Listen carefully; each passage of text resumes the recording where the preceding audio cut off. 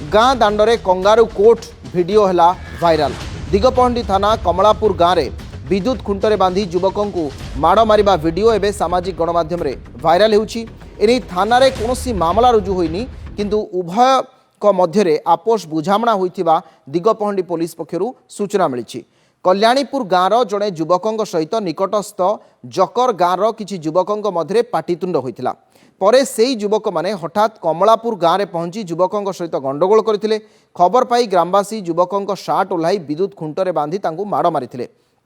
परे पुलिस को खबर देइथिले। पुलिस पहुंची 4 जण युवकों को खुंटरू फिटाई आनिबा सहित सेमानंकठारु नकली बंधुक जबत करिछि। उभय पक्षर आपोष बुझामणा होइथिबा पुलिस कहिछि। गाँ खुंटरे बांधी माड़ मारिबा वीडियो एबे सोशल मीडिया रे भाइराल होइछि।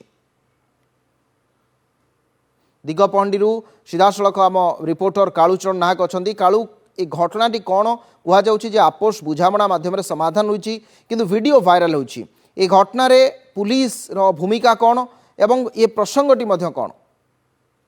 देखो अविनाश, जो भाव दिगपहंडी थाना अंतर्गत जो कमलापुर गाँव रही, कमलापुर रे गोटे वीडियो भाइराल होगा लगी, बेस भाइराल होगा लगी। जो गाँव जो विद्युत खुंटरे 4 जण युवक को बंधा जाइए, से भिडटी एवं मोबाइल टू मोबाइल घूरी बुली। जदि देखा जो कमलापुर गाँव जो विद्युत खुंटरे बंधा जाता माड़ मारा जाता, एने दिगपहंडी थाना कौन मामला हो ना जहाँ थाना अधिकारी जहाँ सहित मो आलोचना करूँ आम, किंतु थाना अधिकारी कहते कौन मामला रुजु होनी। आपस बुझाणा घटनास्थल पहुंची दिगपहंडी पुलिस से खुंटरू उद्धार कर छड़ा जाइए।